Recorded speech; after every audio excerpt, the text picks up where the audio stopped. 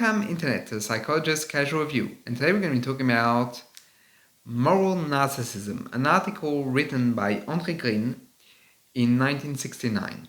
So this article is there because André Green in his practice noticed certain forms of narcissism that were not really defined in the late 60s. And so he wanted to basically address that through this article. So he's going to present the case of what he calls moral narcissism. And he's going to start with a very interesting point and the distinction between guilt and shame. So for him, guilt is always related to the object, i.e. the relationship with someone else. You feel guilty because you have disappointed, because you haven't reached your potential, or because you've betrayed your word towards someone.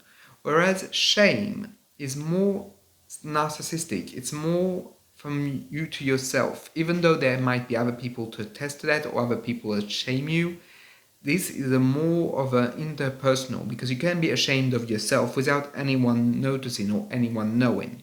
And it's going to be adamant that guilt can be talked about. It's something that can be expressed and something that can be worked on. Whereas shame is something that is not. Shame is something that is kept for oneself and is very hard to talk about or to basically express with other people. As a good colleague of mine coined it, and I completely agree with this, shame is the silent killer. It's the one that basically pushes to the more extreme actions because it's unshareable. And because it's unshareable, it cannot diminish in intensity. And what André Green is going to explain is that some people have built themselves upon an ideal that is trying at maximum to detach itself from the shame, to outrun the shame, meaning that the individual hopes to never be reached by those feelings of shame. So for him, there is a category of people that he calls, and he coins the term, le narcissique moral, the moral narcissist, in which what's going to be ideal isn't going to be fame, luxury, prestige, but morals, i.e. following the rule, being impeccable, being perfect on a moral level. So for him, this morality isn't to be understood as wanting to have a relationship with the object, i.e. relationships with the others. It's not to be understood as a way of trying to dominate others, quite the opposite.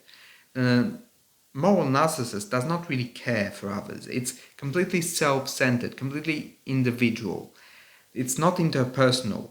So the idea behind it is that basically the moral narcissist is going to see the ideal as a set of moral values that, if followed right, will make them perfect.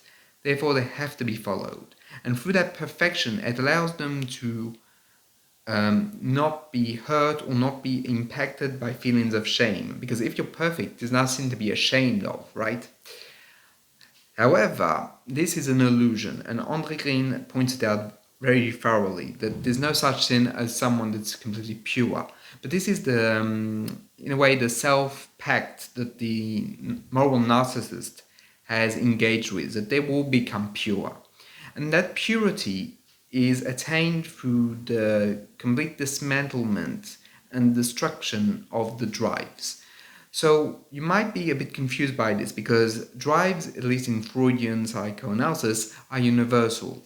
But what André Green points out is that the moral narcissist does everything they can to basically calm, if not destroy, reduce to nothing, switch off the drives.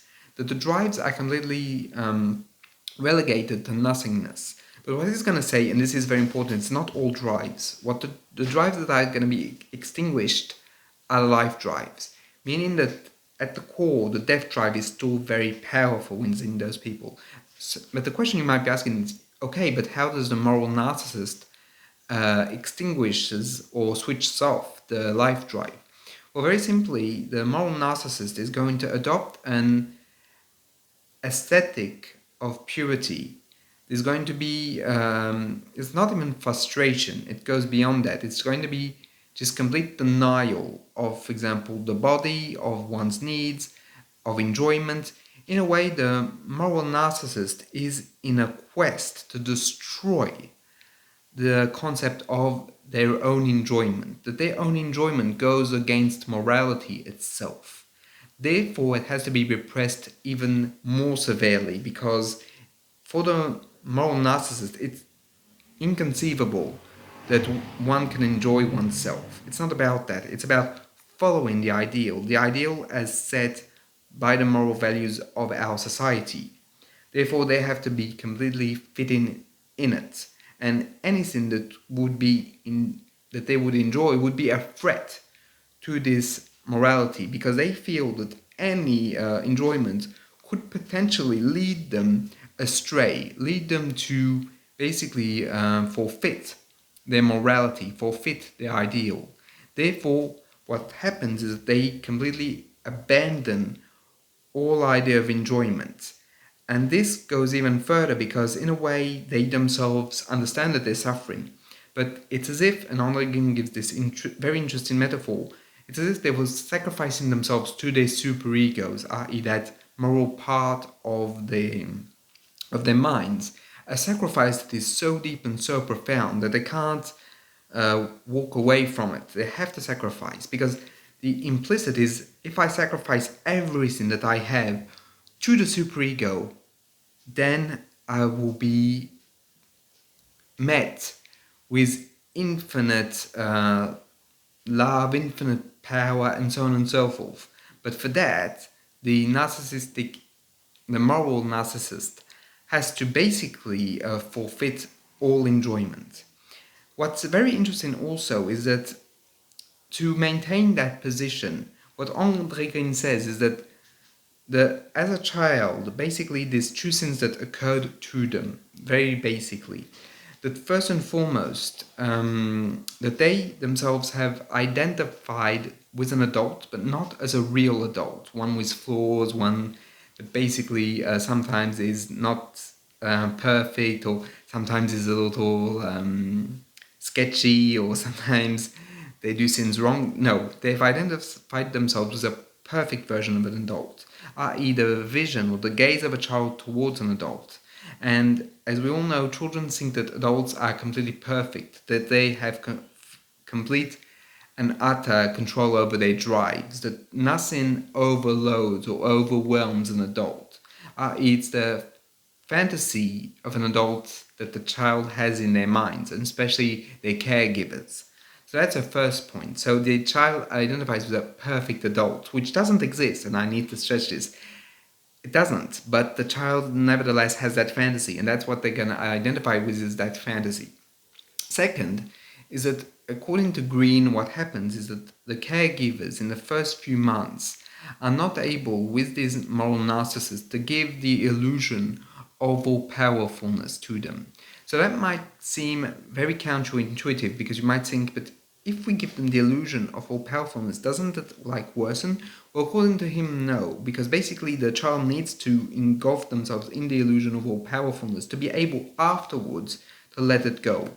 If we were to use Klein, it's basically they have to enter the paranoid schizoid position before the depressive one. You can't jump basically to the depressive directly. You need to go through the paranoid schizoid position, right? So that's what he says. And then he says that in the first few months, the caregiver is not capable of giving that to the child, of giving that illusion. Therefore, the child stays stuck on this pre-paranoid schizoid position, in which there's a form of all powerfulness, but it's not open, it's not fully there. And therefore, it can never be lived and experienced, and then fall into the depressive position, right?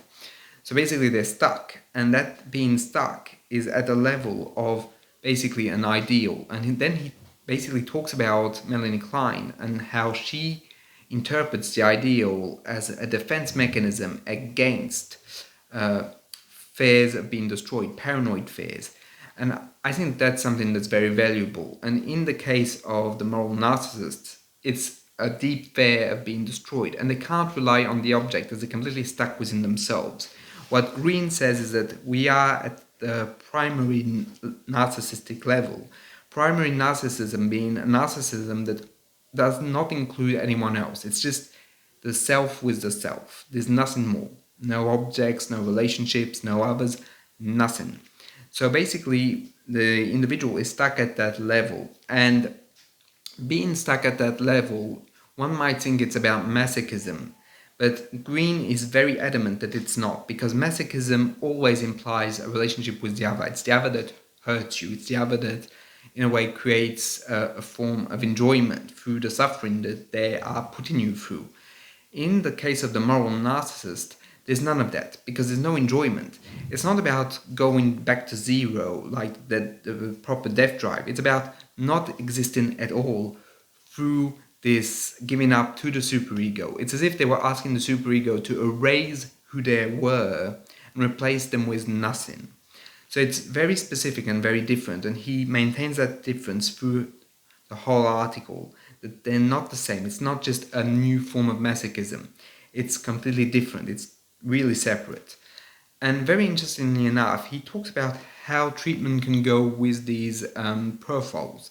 And he says that giving them love, like for example affection or kindness, is a mistake, because basically you're never going to be able to fulfill them, because once they get an attachment, they might feel that they need to replay these games of morals with the psychoanalyst or with the psychotherapist, meaning that the therapist becomes a priest in a way, or someone that has to guide them into the right way, and they have to adhere to the analyst. Therefore, putting that love is a mistake, and it's something that will never cure them. It's a game that has no ending in a way.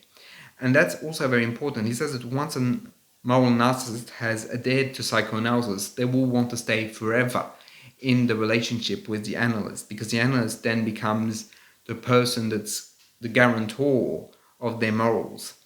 Therefore, they don't want to leave. And he says that the only way out, as hard as it is to interpret the ideal, to go directly into interpretations of narcissism itself.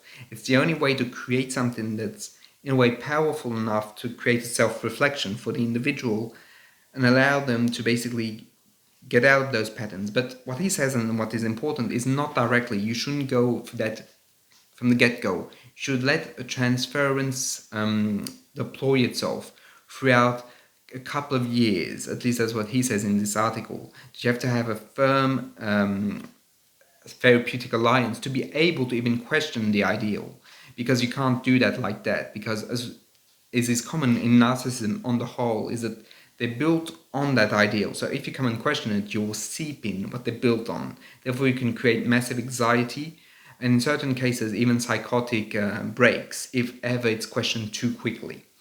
So he says that it's going to be painful, but it's the only way that at least Green presents of trying to help them with these issues. He also, and very interestingly enough, points out that for these people, they might basically, once they've found someone that they feel connected with, they might start to explore certain aspects of themselves. But they will always be in control. And he gives this example that they might feel ashamed of, for example, digestive noises, or for example, if they clear their throats, and so on and so forth, and they might feel shame.